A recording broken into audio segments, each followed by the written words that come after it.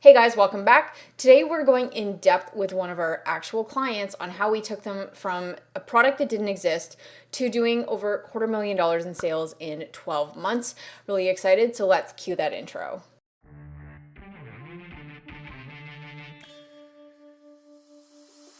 That matters, but let's do it. Let's do it. Okay. Hey guys, welcome back. I am so pumped today. I have the pleasure of bringing on one of our clients that we're actually transitioning. He fired us. You might have seen that email I sent out a couple of weeks ago where he fired us. Well, this is the guy that fired us, and I want to talk about why Eric fired us. For the last 12 months, we've been working together to really get his fitness empire off the ground in terms of he is the founder of Cali Weights, which I'll let Eric get into what exactly Cali Weights is. But for the last 12 months, we have been battling Corona with inventory, supply chain issues, and he was still able to, last summer in 2020, launch a successful at-home, on-the-go fitness product. And our launch on Indiegogo raised just over $60,000 US with over 1,100 backers. And even right after that, we continued. In 6 hours. In 6 hours, yes. I forgot about that little tidbit. But I forgot about the... I didn't forget about that. We then transitioned off of Indiegogo, continued pre-orders, continued selling through delays, finally developing a product, finally launching on Shopify, and just 12 months later, we've almost broke 50K in revenue a month. And the reason why Eric fired us is because I'm going to let you tell that story, Eric. Why you fired us after we've really, in the last 12 months, you've generated over $250,000 for a product that didn't exist 18 months ago. But yeah, let's do it. Firing is such a strong word. We're just transitioning to it.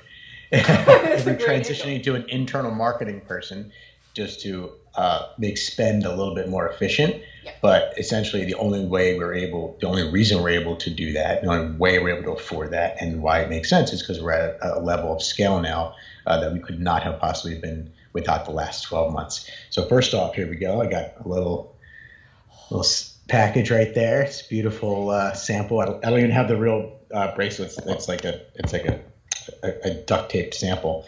But yeah, we've been focusing on building this brand, and in the beginning, when we were selling heavyweights, so Telk Fitness is one of our early e-commerce brands, and those have obviously done really well. We had a very good year last year, knock on wood. But they're very difficult to manufacture. They're heavy to ship.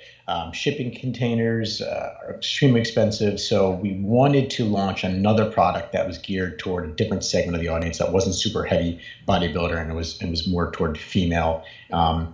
And I wanted to do something in the accessory space. And so my wife and co-founder Vanessa, she came up with this idea of these weighted bracelets, weighted jewelry that are a bit more on the fashionable side and are more versatile and wearable throughout the day, so that we didn't have to ship 75, 200-pound weights to our customers. So we had a couple of options, and this was, in late 2019. We were like, well, we could either invest a whole bunch of money and develop these products and hope that they sell, or we can test the market and see if there's going to be product market fit. And so we spent a couple of months first kind of toying and tinkering with the designs. And then when it came time to get this product backed, we didn't know where to start. And so, just to be frank, I was just like Kickstarter, Indiegogo, I don't know the difference. I don't know how to get started. How do you build a list? And everyone was, you got to talk to Khierstyn. All right. So we connected, and you did a great job of laying out what our costs were going to be, what the strategy was going to be. And I still didn't know how we were going to do this. I didn't know how you attract people to a product that they have never seen before, never heard of before, and can't touch. Right? Yeah. So how do we do that? You create some kick-ass creative. You create some really nice 3D renders. I mean, this is if you don't have a prototype. Mm-hmm. Right? Because remember, so coronavirus is going on, so the manufacturers are either shut down or behind. So getting samples and getting prototypes and all that stuff is just happening extremely slowly, or not at all. Mm-hmm. And we decided that we were just going to go for it. And so we started working together in June of 2020. And next thing we know, you blink an eye and the launch is the next day. And you've got a list of email subscribers. You've got a Facebook pixel that's firing. You've got all this stuff happening and you've got a good momentum. And you wake up and you've got these nerves that like, all right, today's launch day. Are people going to be even interested? Now, up to that point, we had gotten some really cool feedback just on 3D renders alone. Yeah. So I was more hopeful. I'm very optimistic. We get funded, and now you're like, oh crap, I got to make this thing. Yeah. And I got to deliver this thing. So, you're still dealing with delays and prototypes, and this is an accessory, and so we're getting samples, and we're working with multiple types of materials. We work with a product development firm called Gemba, and so we've got silicone, we've got iron, we've got elastic, multiple factories, we've got the packaging.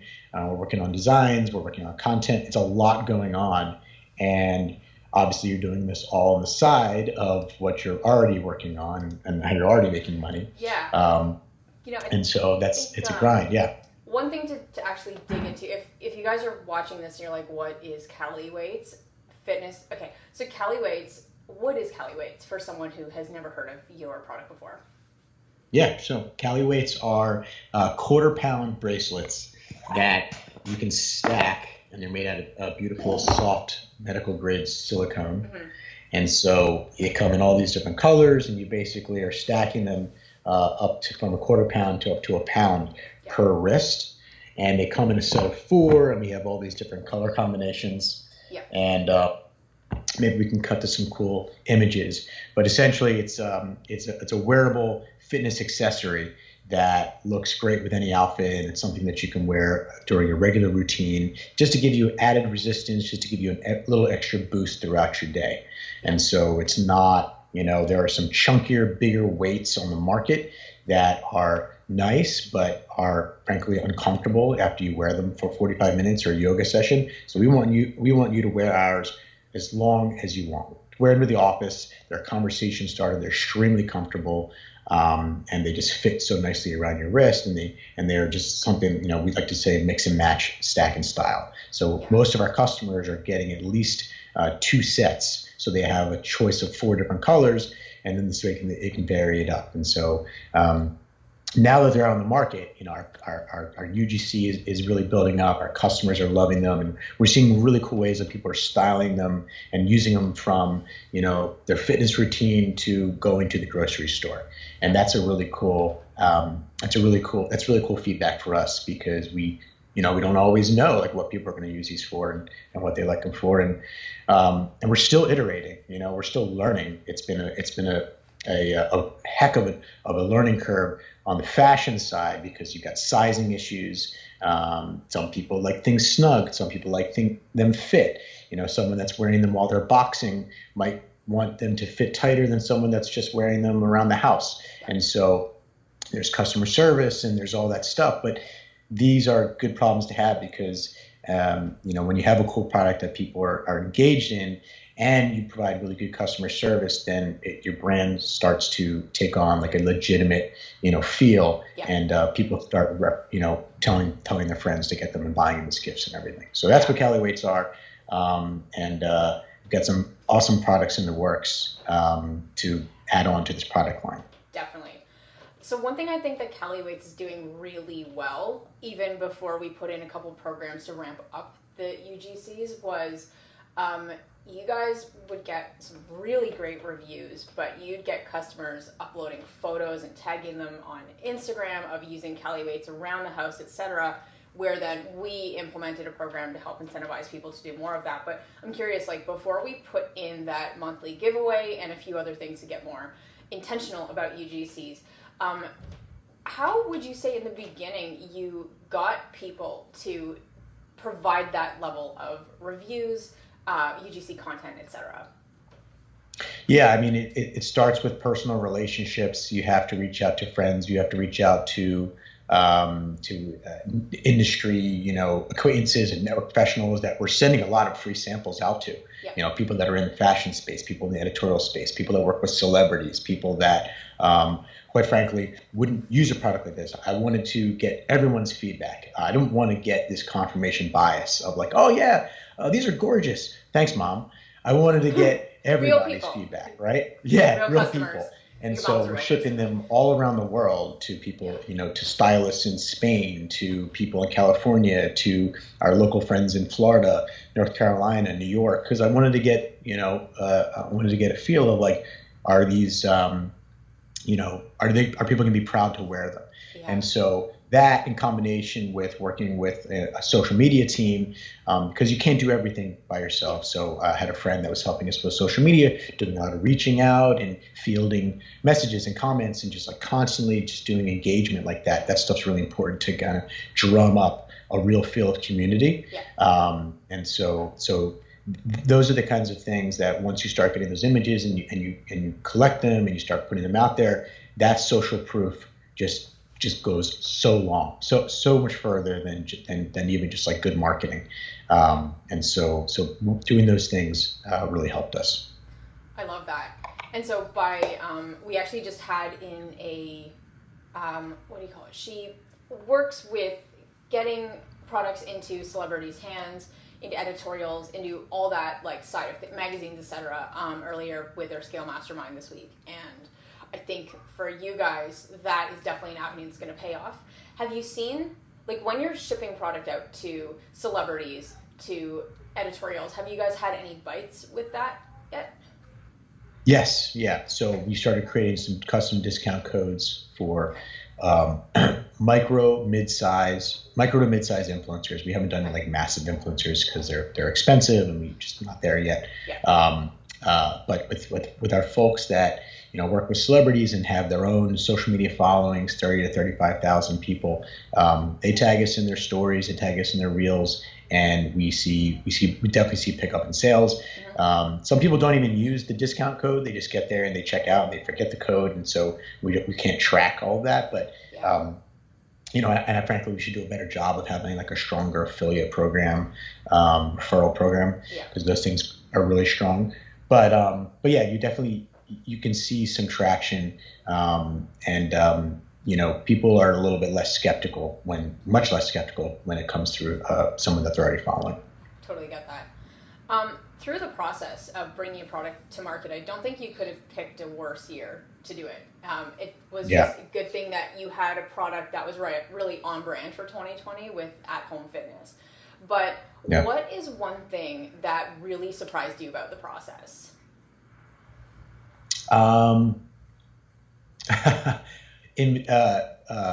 Managing inventory management, just timing, placing your orders. Some POs, purchase orders, will take 30 days. If there's a hiccup, it could go up to 90 days. And so when you're doing your inventory planning and management, and also I'm trying to do projections for customers. And so I'm doing that while managing. Now we're talking to large retailers, and we're doing national retail chains and local boutiques. So inventory management is something that I am trying to get better at, because having those projections so that your customers are not ordering and waiting, too long is extremely crucial. Now we do have a lot of customers that have gotten angry, and then we have probably 80% that have supported us and have waited around.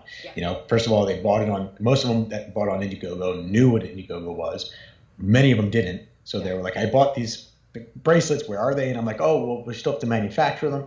And so, we've tried our hardest to fulfill all those customer orders, balance retail orders, push the factories without, ticking off the factories. Maybe literally just last week, we were supposed to have a shipment picked up, and the truck drivers were too afraid. There was a big coronavirus outbreak. This is June 2021, huge coronavirus outbreak. And so the truck drivers were too afraid to go pick up the goods. And so they're going to be arriving 2 weeks later. Well, guess what? My customers don't care about that. And so they're angry. And so I have to kind of say that in a way that makes me look like I'm in control, when really I'm not in control, and I don't want to blame everything on a global virus. But we have to make the customer feel like they're always right. And that might include giving them a refund on shipping, or giving them an extra discount code for another set, or in some cases a free set if they already bought 3 sets and they haven't gotten any. So, there's a lot of massaging that, and going above and beyond. And some people to take a different stance where they're just like, well, you can have your money back. And I'm like, no, I'd rather keep you as a customer and make you happy, because I know when you get these bracelets, I know when you get, we're launching a metallic version as well, which are going to be awesome, beautiful. It's just logistic production is hard. I know they're going to be happy when they finally get them. So I'm kind of just like, look, stick around. You're going to be happy. And if you don't want to stick around, you're going to see them in a store and you're going to buy them in a store. Yeah. So that's one thing that surprised me, is just figuring out the timing of getting the product into the customer's hands. Gotcha. Are you using any software for inventory management, or is it just a nice spreadsheet right now? Right now, it's a nice spreadsheet. Okay. Shopify tracks our inventory, and we've got some Google Sheets with the manufacturers. But no, it's probably something we need to be looking at as we go into Q4. Yeah. And then one thing, I know a couple years ago, when we really needed rush shipment, we would rely on air freight, even though it was at the time 5 times the cost of sea. But now it seems like they're very comparable. So are you sticking to air freight with any new inventory right now, or? We're 100% air freight right now. We're still, it's been a year since Indiegogo, and we've gotten so many orders, and we're still in rush. I placed large purchase orders, but we're getting some surprising large wholesale orders now. And so, it's June, right? It's already time to think about Q4. So I need to airship the stuff that's going to be kicking off in August, because the boats are going to miss that. Maybe I'll do some boats for Q4, but I still get nervous about that. So right now we're in growth mode. Yeah. It's worth me spending another $4 per set and losing that margin to get these in the States and get them shipping. I think we're not there yet with sea shipping. I think we will next year, and that'll help us a lot with our margins. And we haven't placed, so we're doing around, between 40 and 50,000 in revenue per month. I think when we get to the 75, 100,000 a month mark, that's when I can start comfortably placing orders for 20,000, 50,000 sets, and those will be coming over on boats. But it takes capital to do that, and so we're pouring everything back into the business, and we're just growing. Yeah, I love that. So I did ask if there's something that surprised you about the process. In the last year, is there something you think that you've done really well that you pride yourself for as a brand? Probably. That's a good question. Probably customer service. Okay. Just embracing every single email. I'm up till, I'm not outsourcing customer service quite yet. I'm up until 1 o'clock in the morning, answering customer emails, getting feedback, looking at 5-star reviews, looking at 2-star reviews, addressing them, thanking the people in the medical field for helping us, thanking people in the military field, giving them military discounts, replacing, exchanging sizes if they need to. That stuff is just, you can't. There's a certain way that you can't offload that quite yet. We're not on autopilot, because we have so many different colors and so many different sizes. So that SKU count is, someone that's helping us customer service wouldn't know, unless they're intimately involved in the inventory, they're not going to know how to respond. So I take pride on that. I think we're getting better at content. We're getting better at hiring creative, and we do need to, do more photo shoots, and we need to constantly be putting out more creative, but we're getting better at that. Yeah. I think we take pride in the product itself, from the packaging to the product insert. And so, all those things are really good. And I think, if you if you are taking the brand seriously, you have to think about every single one of those details, from the website experience to the checkout process to the post-purchase emails to what's the experience when they open up the package. Yeah. And I've been selling on Amazon for many, many years. We're not on Amazon with this yet. I think about the same way that I do with the Amazon stuff. When you order an Amazon package, what's the experience when you get that package? What's your product insert?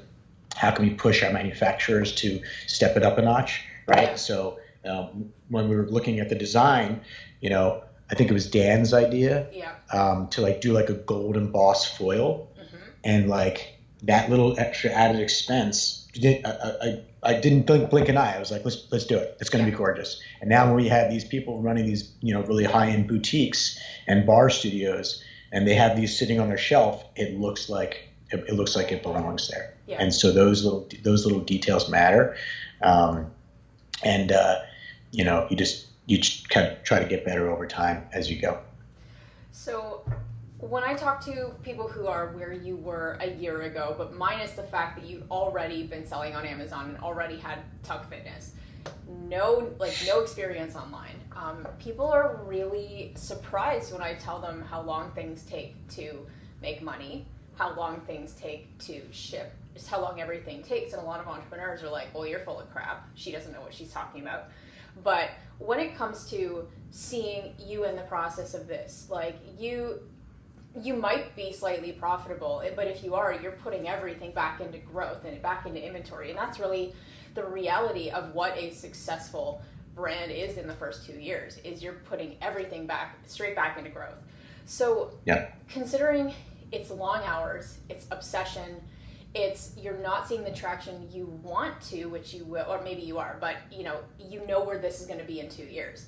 What drives you to work so hard to put everything back in and to go through that first 2 year slog of building a brand?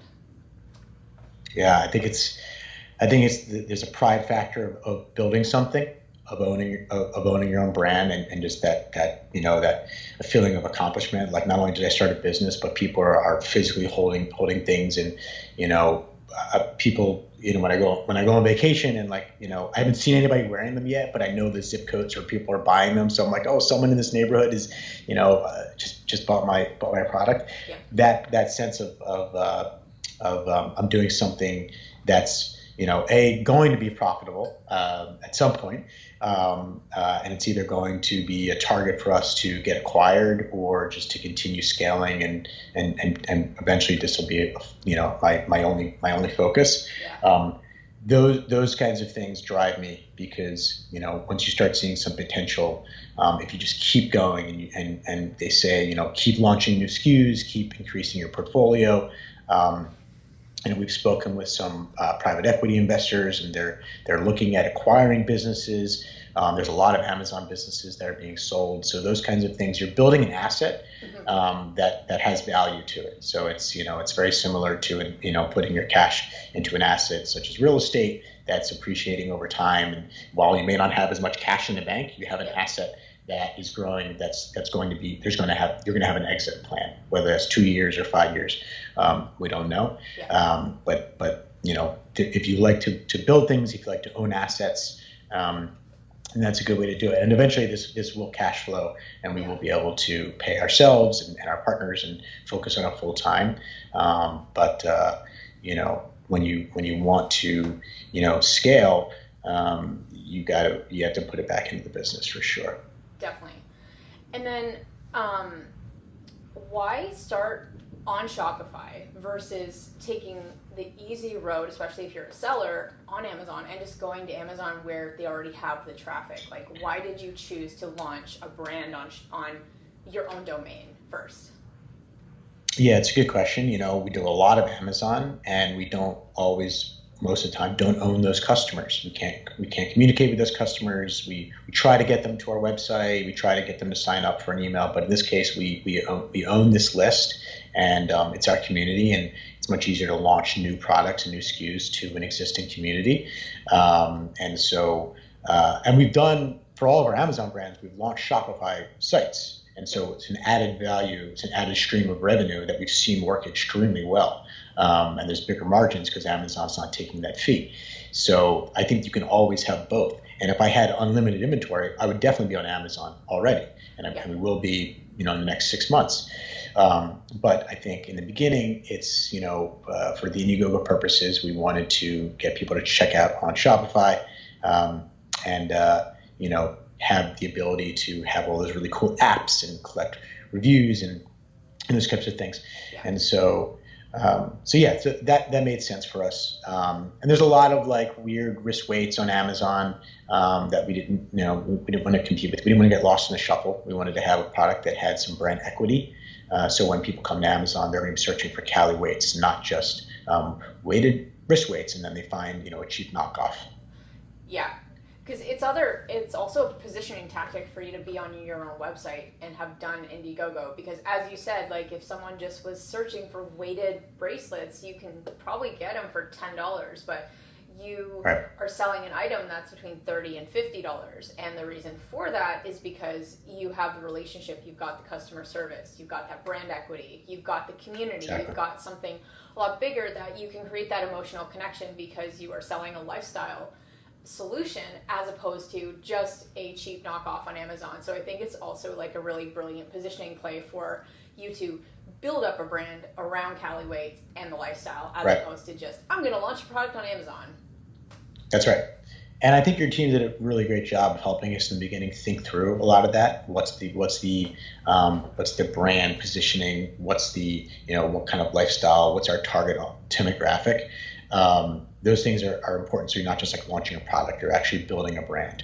And so from the copywriting to the art design to the creative to the ads, your team did a very good job of holding our hand through that process. I'm not always the best at that stuff. I'm terrible at basic things like copywriting.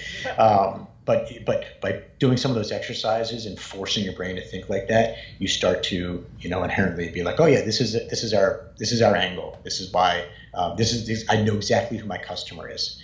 As opposed to just kind of putting it up on Amazon and trying to figure out who your customer is.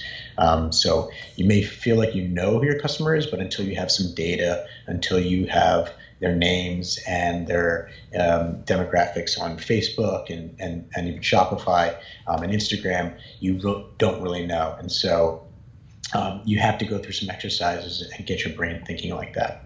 That makes sense. And then what are the top 3 things that you are focused on as a business owner right now? Top 3 opportunities. So it's going to be perfecting the existing product line, which means figuring out sizing, getting the inventory into the hands of customers, elevating the brand, elevating the brand appearance, because I think to really compete with some of our competitors and to be in that next phase of growth from the 1 million to 10 million, your brand needs to step it up in all different angles, from web to content to press and all those things. And then the third is launching. Did I say launching new products? That's the third thing. Launching new products. Yeah, so you said perfecting existing product line, but yes. Yeah, perfecting existing product line. So the stuff that's already selling, elevating the brand, and launching new products. I love that. What kind of, are you at liberty to say what kind of products we can see in the next few months? Say 12 to 18 months. But. Yeah, absolutely. So some I can talk about, some I can't. We're definitely working on an Apple Watch band. That's been a huge request by a lot of our customers, and so it's just literally just figuring out logistically how to get the weights onto the silicone band, and then we want to get the metallic ones out. So those have been sampled, but we're dealing with when they press them onto the silicone, they're getting scratched, and so we're working through those manufacturing issues. We're working on some additional jewelry that's going to complement the weighted jewelry. So they're going to be called like stacks. So you're going to be adding to your stack. And then we've got a couple. Like a collection, that's going to be, like a jewelry collection, sort of like a. Correct. Oh. Yeah. Exactly. Cool. Yeah. We just launched. Well, we didn't launch it, but we just got in like a kind of an athletic waxed cosmetic pouch, so that you can carry your multiple sets of weights around. And so that's going to be a nice upsell, right? Buy another set of weights, get a free pre-pouch. And those are really pretty. And what else do we have? Yeah, I've got a couple other things that we're tinkering with. And then we've got, a long-term 3-year product vision, which is going to include some heavy product development and some more capital. But like I think they're like what? Like it always does, right? Like it always does. But those things are, they tell you don't go crazy, because now once you have a brand, you can really try to test and everything, but you want to stay focused and you want to make sure that the stuff you're working on is working. And those long-term goals, you keep them on a list, and when time is right, you start investing time in those things. Awesome. And then, hey, to wrap up, I have a couple last questions. First one is, what would you say to someone who is considering working with us? I would say you guys you have the confidence to know when a product's going to work and how to take it to the market, and let the data inform you where it's going to go. And that means, what kind of ad spend you're going to need, what kind of positioning and creative you're going to need.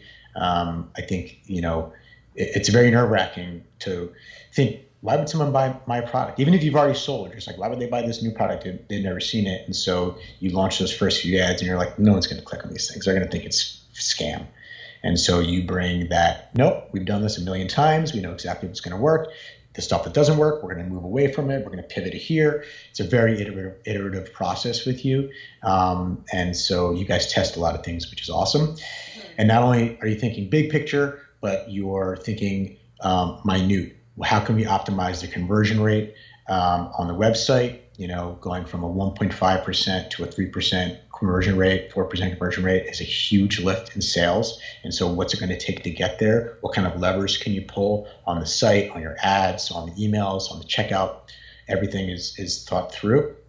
And how to interpret the data to see what's working. Also, you guys have come up with some really good sales and just calendar events to kind of tap into existing search, or just like a mood or a feeling, right? Because purchasing is very emotional.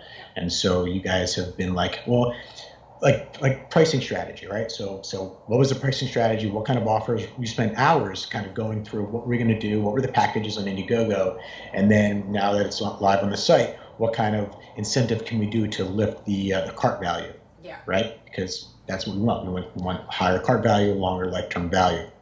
So those kinds of things you've been really, really, really strong at, amongst many other things. But some people are better at some things than others. And so while I may be really good operational, I might not always be thinking like, oh, what should our Memorial Day sale be? Right? It's just like, you have to wear a lot of hats as an entrepreneur. And so working with a team and partners really helps you kind of cover all those bases. Makes sense. Second from last question, what is one thing that you want to say to someone who's just starting this process as an entrepreneur? I mean, you have to be a passionate entrepreneur. You have to want to really build something, and you have to believe in yourself and just block out all the noise, because it's going to be scary at times, and people are going to, put on my bracelets and say, these are really uncomfortable. Like, no one's going to buy these. And that happened.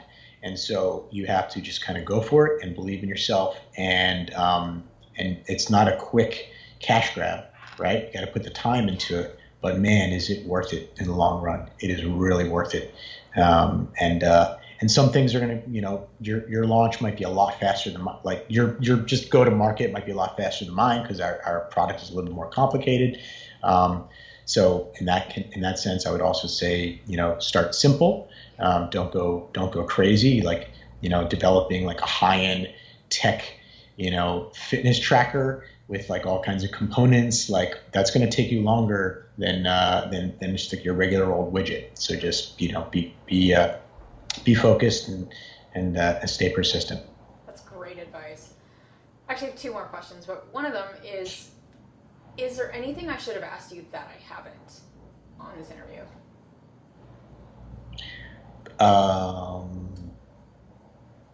I guess you could ask, what do you not like working on with the business? Let's do it. Yeah. Yeah, so my brain starts to hurt when I start looking at things like Google Ads, and even SEO. Like, I don't understand all those things, and I want something and I want it to have results, but SEO might take 6 months, 9 months, and so I'm just like, okay, what does that mean? What do I have to do? Can you handle the SEO? I don't even know what that means, but I know it's important. And so, but then you start looking at some reports and data back from the experts that you hire, because you hire a lot of experts, whether it's working with you or Fiverr or Upwork, and you see, oh, okay, now it makes sense. So just keep an open mind, and be willing to learn this stuff, even if I'm not going to be managing the Google Ads myself. I need to understand why it's important. And so I don't want to. My brain kind of like turns off when there's like too much of that data. I just want to see like the high level metrics, the KPIs. How can we dial some specific levers to increase them? And I will go into the weeds for many things, but I can't go into the weeds for everything. You have to leave that to some of the experts. Yeah, makes sense. And as long as you have a good understanding of the high level KPIs and look at a report to say, ooh, CPA could be better, you know where to dig in, as opposed to let's open these 150 campaigns and see what ad is not converting specifically. Yeah. That's right. Exactly. That's right. I love that. Yeah, and that's great advice, because we get a lot of entrepreneurs at early stage on a budget and they're like, I want to outsource social media. And I'm like, honestly, you have $3,000 to put toward your product launch. Don't do social media. You have to be the one to do social media. So also like just because I have a fundamental belief that we as business owners need to understand how to do a little bit of everything so that we can speak the language of the developer, manufacturer, Facebook expert, et cetera, right? 100%. Yeah, you can't really hire unless you know what you're hiring for, and you don't really know how to manage it unless you've had a little bit of experience doing it. Mm-hmm. And so at some point you're touching everything. But yeah, you need to, have some battle scars so that you can at least say, okay, I think I get what you're saying, but let's, dial it up over here, or you're doing a great job. Let's keep going. Yeah, definitely.